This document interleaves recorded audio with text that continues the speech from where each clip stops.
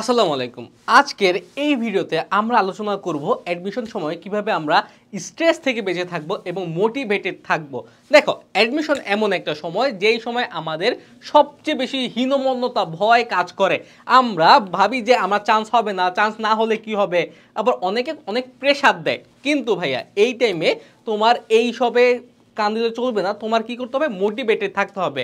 যে মোটিভেটেড থাকলে কি হবে, যে তোমার একই সাথে কনফিডেন্স বিল্ড আপ হচ্ছে, তার পাশাপাশি তোমার লেখাপড়ায় কোনো ক্ষতি হচ্ছে না। আজকের এই ভিডিওতে আমরা এটা নিয়ে আলোচনা করব যে কিভাবে তোমার স্ট্রেসকে তুমি ফিক্কা মেরে ফালিয়ে দিতে পারো এবং সব সময় মোটিভেটেড এবং অ্যাক্টিভ থাকতে পারো। দেখো, শুরুতেই যদি তুমি মোটিভেটেড থাকতে চাও তাহলে তোমার কি করতে হবে, কনফিডেন্স বিল্ড আপ করতে হবে। ভাই আমি একটা কথা বলি সব সময়, যে অ্যাডমিশনের সময় নিজের সবচেয়ে বড় শত্রু হচ্ছে নিজের ভয়, নিজের হীনমন্যতা, যে আমি পারবো না। এই জিনিসটা যদি একবার তোমার ভিতরে ঢুকে যায় তাইলে তুমি শুরুতেই শেষ। তোমার মাঠে নামার আগেই তোমার খেলা শেষ। অর্থাৎ সবার আগে তোমার নিজেকে তৈরি করতে হবে যে আমি পারবো, বাদবাকি মানুষ যদি না পারে আমি পারবো। অর্থাৎ তোমার অন্যের দিকে তাকানো যাবে না, নিজের দিকে তাকাতে হবে। নিজে কতটুকু পারো, আগে তোমার নিজের পজিশনটা বোঝার চেষ্টা করবে যে আসলে তুমি কতটুকু পারো। একদমই পারো না, কোনো সমস্যা নেই, জিরো তোমার বেসিক, কোনো সমস্যা নেই। তুমি এখানে জাস্ট এইটুকু করো যে আমি যদি কষ্ট করি আমি পারবো। তারপরে বিসমিল্লাহ বলে একদম জিরো থেকে শুরু করো, এবিসিডি থেকে শুরু করো। আশা করছি তোমার যেই সময় আছে 5 মাস, ওই 5 মাস কষ্ট করলে তোমার হয়ে যাবে। ভাই আমি কিন্তু সবসময় বলি 5 মাসে হচ্ছে 150 দিন। এই 150 দিন যদি 10 ঘন্টা করে তুমি লেখাপড়া করো, 10 ঘন্টা লেখাপড়া করা কোনো ব্যাপারই না। তোমার 1500 ঘন্টা তোমার লেখাপড়া, তুমি এটা কি ভাবতেছো? 1500 ঘন্টা যদি পড়ো, এই দুনিয়াদারি কিছু থাকে বাদ বাকি কিছুই থাকে না। সুতরাং তোমার জাস্ট আত্মবিশ্বাসটা রাখতে হবে যে ভাই আমার কি হয়েছে আগে না হয়েছে এটা দেখার বিষয় না, এখন থেকে আমি লেখাপড়া করব, এখন থেকে প্রত্যেকটা মুহূর্ত আমি কাজে লাগাবো। যদি এই মানসিকতা থাকে তোমার অটোমেটিক কনফিডেন্স এসে পড়বে, আর কনফিডেন্সই এখানে তোমার পাশার দান উল্টে দেবে। ওকে, তারপর আসো পজিটিভ থিঙ্কিং। এই যে স্ট্রেস রিলিফ করতে হলে আর আর মোটিভেটেড থাকতে হলে সবসময় পজিটিভ থিঙ্কিং করতে হবে যে আমি পারবো। ভাই আমি পারি না তো সমস্যা কি, আমি চেষ্টা করব, আমি ক্লাস করব, আমি কোর্স করব, সমস্যা কি, আমি ক্লাস করে করে শিখবো। এখন শিখার কোনো বয়স আছে? শিখার কোনো বয়স নেই, শিখার কোনো সময় নাই। স্টিল যেহেতু এই ভিডিওটা যেই মুহূর্তে পাবলিশ হচ্ছে সেই মুহূর্তে থেকেও তোমার হাতে সময় আছে। ভাইয়া সময় গেলে কিন্তু আবার সাধন হবে না। এখন তোমার কাছে সময় আছে তোমার সব কিছু আবার ফিরতে শুরু করার, একবার নতুন করে তুমি পড়া শুরু করো, ইনশাল্লাহ তোমার ঢাকা বিশ্ববিদ্যালয় হয়েই যাবে। অনেক স্টুডেন্ট আছে ভাইয়া এই 5 মাস নিয়মিত পড়াশোনা করে কঠোর পরিশ্রম করে চান্স পেয়ে যায়। শুধু তোমার মন মানসিকতা ঠিক রাখতে হবে। যখন তোমার মধ্যে পজিটিভ থিঙ্কিং থাকবে তোমার সবসময় কি এই স্ট্রেসটা দূরে থাকবে আর এই মোটিভেশনটা কাজ করবে। আর স্ট্রেস কিন্তু কি তোমার অনেক ক্ষতি করে, আর মোটিভেশনটা একমাত্র জিনিস যে তোমাকে পড়ালেখার প্রতি আরো বেশি আগ্রহী করে তোলে। তারপর আসো যে অর্গানাইজ স্টাডি ম্যাটেরিয়াল। এখন তোমার যে কনফিডেন্স বিল্ড আপ করতে হবে, পজিটিভ থিঙ্কিং করতে হবে। এখন পজিটিভ থিঙ্কিং তুমি কখন করতে পারবা, যখন তুমি দেখছো যে তোমার লেখাপড়াটা ভালোভাবে হচ্ছে।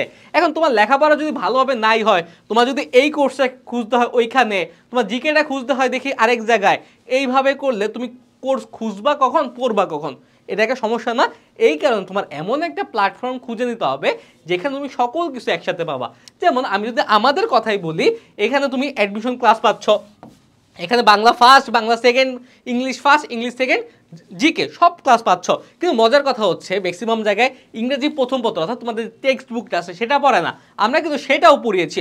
অর্থাৎ তোমার কলেজে তুমি টেক্সট বুক পড়ো নাই, প্যারা নাই, তুমি এখানে পড়বা, কারণ টেক্সট বুক থেকে 4-5টা প্রশ্ন কিন্তু প্রতি বছর ঢাকা বিশ্ববিদ্যালয়ে আসেই খ ইউনিটে, এটা তোমার মাথায় রাখতে হবে। তারপরে দেখো ইংরেজি টেক্সট বুকের ক্লাস তো আসেই, তারপর সাম্প্রতিকের তোমার জিকেতে, যেমন জিকে মানে কি সাধারণ জ্ঞানে তোমার সব জায়গায় দেখবে কি বাংলাদেশ আর আন্তর্জাতিক পড়ায়, কিন্তু আমরা কিন্তু বাংলাদেশ, আন্তর্জাতিক, মৌলিক বিষয়াবলী এবং সাম্প্রতিক 4টা জিনিসই পড়াচ্ছি। প্রতি 15 দিন পর পর তোমরা সাম্প্রতিকের উপর একটা করে ক্লাস পাবা। অর্থাৎ যে সাম্প্রতিক থেকে প্রতি বছর ঢাকা বিশ্ববিদ্যালয়ে 8 থেকে 10টা আসেই, ইভেন আরও বেশি আসে, আমাদের সময় 13টা আসছিল। অর্থাৎ 13 মার্কস, তুমি কি ভাবছো এই 13 মার্কস তোমার সাম্প্রতিকে আমরা তোমাকে দিব? এইরকম তোমাদের কিচ্ছু নিয়ে দৌড়াদৌড়ি করা লাগবে না, সব আমরা দিব, আমরা অর্গানাইজ করে তোমার সামনে তুলে দিব, তুমি জাস্ট পড়বা। এইটাই হচ্ছে কাজ। যখন পড়বা তখন দেখবা কি তোমার মধ্যে অটোমেটিক এই পজিটিভ থিঙ্কিংটাও কাজ করছে এবং কি আমি পারবো এই ফিলটাও আসছে।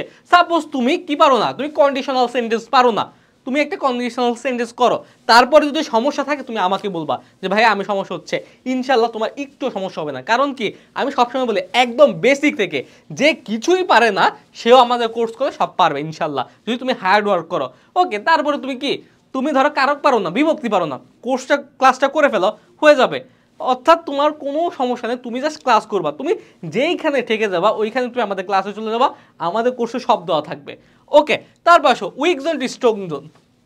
এখন যখন তুমি এই যে ক্লাসগুলো করবা, কিছু কিছু ক্লাস দেখলে তোমার ভয় লাগবে, কিন্তু দেখবা কি ওই উইক জোন যেগুলো আছে, যেগুলো দেখলে তোমার ভয় লাগে, ওই ক্লাসগুলো বেশি করে করো, ওই টপিকটা নিয়ে বেশি করে ঘাটাও। যেমন আমার একটা সমস্যা ছিল, আমি সমাসে ভয় পাইতাম, আর কি আর হচ্ছে আরেকটা টপিক ধাতু ছিল, ওই ধাতুকে ভয় পাইতাম। আমি সবচেয়ে বেশি সময় দিতাম এইটাকে, আমি প্রায় 3-4 দিন পর পরে এইটা নিয়ে বুঝতাম। এই যখন আমি দেখলাম একটা সময় দেখলাম কি যে আমি সকল টপিকের চেয়ে এগুলোই বেশি ভালো পারি। এটা কি কারণে? কারণ আমি বারবার ক্লাসগুলো করাই, বারবারকে এটা প্র্যাকটিস করাই, আমার এগুলো থেকে যে ভয়টা আছে ভয়টা কেটে গেছে, তখনই আমার এগুলো স্ট্রং জোন হয়ে গেছে। আরেকটা ব্যাপার ভাই, কনসিস্টেন্সি রাখতে হবে। মানে কি লেখাপড়া থামানো যাবে না, একটার পর একটা টপিক পড়তে হবে, পড়েই যেতে হবে। এমন না যে তুমি এটা একবার পড়লে হয়ে যাবে। আমি কিন্তু সবসময় বলি একবার পড়বা, দেখবা কি অনেকটা শিখছো, পরের বার আবার পড়বা, দেখবা অনেকগুলো ভুলে গেছো, আবার পড়ছো, আবার মনে পড়তেছে, তারপরে পড়বা, আবার একটু ভুলবা, আবার মনে করবা, আবার ভুলবা, আবার মনে করবা। এমন করে একটা টাইমে যেহেতু আমার অ্যাডমিশনে একটা ভালো সময় পাওয়া যায়, দেখবা কি তুমি আর ভুলছো না, তোমার পার্মানেন্ট ব্রেইন এটা চলে গেছে। মানুষ সাধারণত 3 দিন পর একটা জিনিস ভুলতে শুরু করে, কিন্তু সে যদি রিপিটেশন উপরে থাকে এটা তার পার্মানেন্টলি তার ব্রেইনে চলে আসে। ওকে, তারপরে স্লিপটা ঠিক রাখবো ভাইয়া, ঘুমটা খুবই জরুরি। এই ঘুম যদি তোমার না হয় চিন্তায় বা অন্য কোনো কারণে, এই টাইমে স্ট্রেস কাজ করে, স্ট্রেস কাজ করলে ঘুম হয় না, ঘুম না হলে কিন্তু আবার তোমার স্ট্রেস যাবে না। তুমি যদি প্রতিদিন 8 ঘন্টাও ঘুমাও ইনাফ, 8 ঘন্টা তো মিনিমাম হলে 7 ঘন্টা ঘুমাবা। কারণ কি 24 ঘন্টা, আমি কিন্তু সবসময় ইকুয়েশনটা বুঝাই দিই, 24 ঘন্টার মধ্যে তুমি 8 ঘন্টা ঘুমাও, 8 ঘন্টা ঘুমানোর পরেও তোমার কাছে 16 ঘন্টা সময় থাকে, 16 ঘন্টার মধ্যে 10 ঘন্টা পরও 6 ঘন্টাও তোমার চিল করার সময় থাকে। এই চিল আবার মোবাইলের পিছিয়ে দিও না, তাহলে কিন্তু আবার সমস্যা। ওকে, দেখো কি সুন্দর ইকুয়েশন। তারপর দেখো যখন ঘুমটা হবে তারপরে তোমার এই প্রেয়ারটা রাখতে হবে। এই প্রেয়ার বা সৃষ্টিকর্তা প্রার্থনা তোমাকে কি করে সবসময় মোটিভেটেড রাখে, তোমার মনকে সবসময় প্রফুল্ল রাখে, তোমার লেখাপড়া করতে ভালো লাগে, তোমার পড়ালেখা ফোকাস বৃদ্ধি পায়। এটা খুবই গুরুত্বপূর্ণ ভাই, ট্রাস্ট মি, এটা তোমরা ট্রাই করে দেখবা। অ্যাডমিশনের সময় ওই নামাজ পড়াটা খুবই জরুরি। তারপরে হেলদি ফুড, এই যে তুমি যদি ভালো ভালো না খাও, ফ্রুটস না খাও, শাকসবজি না খাও, নিউট্রিশন যদি তোমার শরীরে না যায়, তাহলে তোমার শরীর কি চলতে পারবে?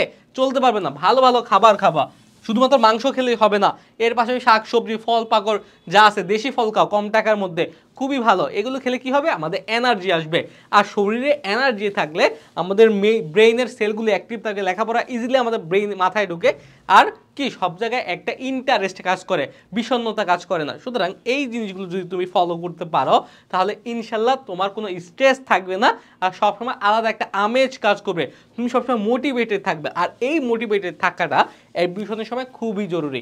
ওকে, তাহলে আজকের এই ভিডিওটা এই পর্যন্ত থাকলো, আবার দেখা হবে। সেই পর্যন্ত সুস্থ থাকো, ভালো থাকো, আসসালামু আলাইকুম।